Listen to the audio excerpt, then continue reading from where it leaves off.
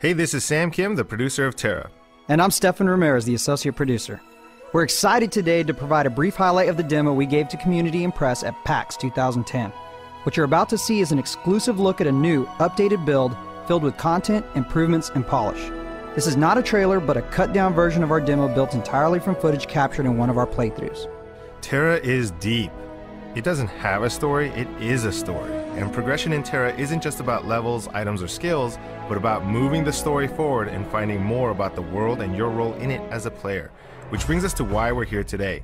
The Valkyrian Federation has tasked an elite band of warriors to take down Takeda and her evil band of cultists responsible for countless deaths of Federation citizens. I am Medjai the Priest. This is Atelius the Berserker. Brutus the Lancer. Zane the Archer. And finally, Bartholomew the Slayer, or Bob for short. To recap on the adventure thus far, the Valkyrian Federation called us to investigate any potential threats on the island of Dawn. There we found clues of a secret and dangerous cultist organization leading to the smuggler's hideout. There, the party encountered the Rock Monster, where Brutus protected everyone with his shield. After defeating the Rock Monster, the party found clues of the cultists leading us to the excavation site. The Federation awarded us with mounts and skills plus material for crafting. I chose weapon crafting, Bob chose butterfly gathering. Good job, Bob. And at the excavation site, the party encountered the Guardian, a monster made in the image of Takeda. The Guardian was tough, and we almost didn't make it. Bob died 4 or 5 times, people were flying all over the place, and even Brutus went down.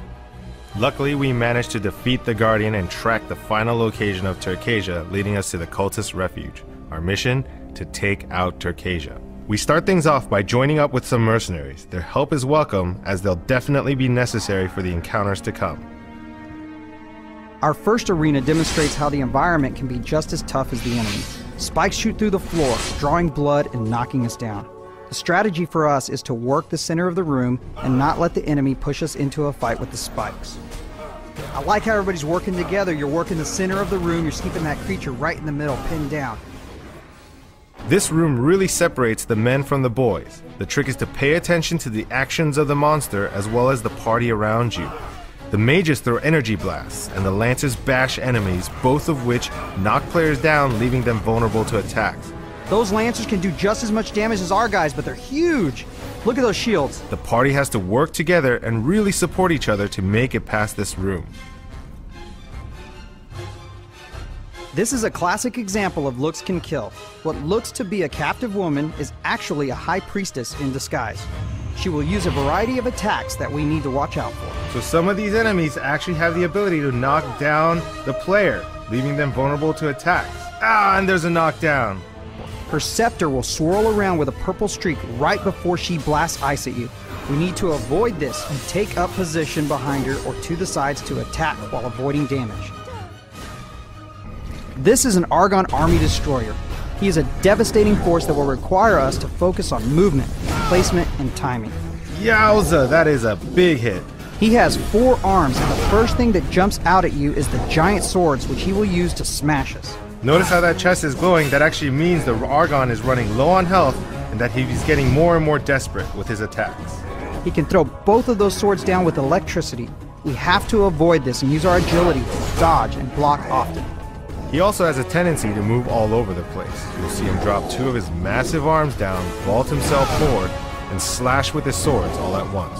We really need Brutus and Atelius to get in there and keep his attention. With Bob slashing and rolling, and Zane utilizing his charge attacks for lethal damage from range. Medjai has to heal and stay alert during this encounter if we hope to survive. Takeda is the reason why we're here, and our mission is to avenge our countless fallen comrades. But this encounter won't be easy. Here comes Takeda. There she comes, she's charging. Jump! Get out of the way! Dodge! Careful, she'll run right through us! Your #1 defense is to move yourself out of the way. It's all about placement and timing. Watch for those tentacle attacks. Takeda has 2 incredibly powerful tentacles that do massive damage, as well as spinning blades that decimate any nearby opponent. Combine these with countless powerful ability combos and an impenetrable defense, and you have one of the strongest foes the Federation has ever faced. Luckily, with teamwork and awesome heals, we proved that it's possible to take her down. That wraps up our PAX 2010 demo of TERA. If you like what you see now, you'll love what we'll have at launch. We're continuing to build, improve, and add content, and there's a lot more in store for the future. Soon, we'll be providing even more depth around things we touched upon today, like story, instance dungeons, crafting, enchanting, mounts, and much more.